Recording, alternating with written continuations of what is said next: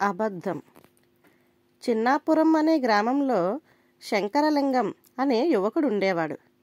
అతడికి అబద్ధాలు చెప్పి జనాలను నమ్మించి ఆనందించడం అంటే చాలా సరదా. అతన్ని అందరూ అబద్ధాల మారి వెధవ అని పైకి ఈసడించిన మహా తెలివిగలవాడని కూడా అనుకుంటూ ఉండేవారు.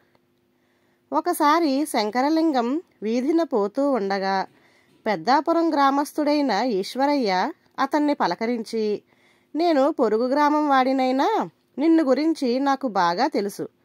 నువ్వు అబద్ధాలు చెప్పి అందరినీ నమ్మిస్తూ ఉంటావట. ఏది, ఒక్క అబద్ధం చెప్పి నన్ను నమ్మించు చూద్దాం అని అన్నాడు.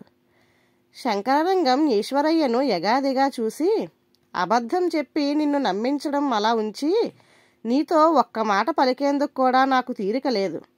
ఊరి చెరువుకు గండిపడి నీరంతా పక్కనున్న పొలాల్లోకి ప్రవహిస్తున్నది. ఎన్ని చేపలనైనా అలా చేత్తో పట్టుకొని ఇంటికి తీసుకుపోవచ్చు అంటూ చెరువుకేసి పరుగు ప్రారంభించాడు. అంత తేలికగా చేపలు దొరుకుతున్నవని వినగానే ఈశ్వరయ్యకు ఆశ పుట్టి చెరువుకేసి పరిగెత్తాడు. చెరువులో నీళ్లు నిండుగా ఉన్నవి. దానితో అతడికి శంకరలింగం తనకు అబద్ధం చెప్పి నమ్మించాడని అర్థమై తల దించుకొని వెళ్ళిపోయాడు. ధన్యవాదాలు.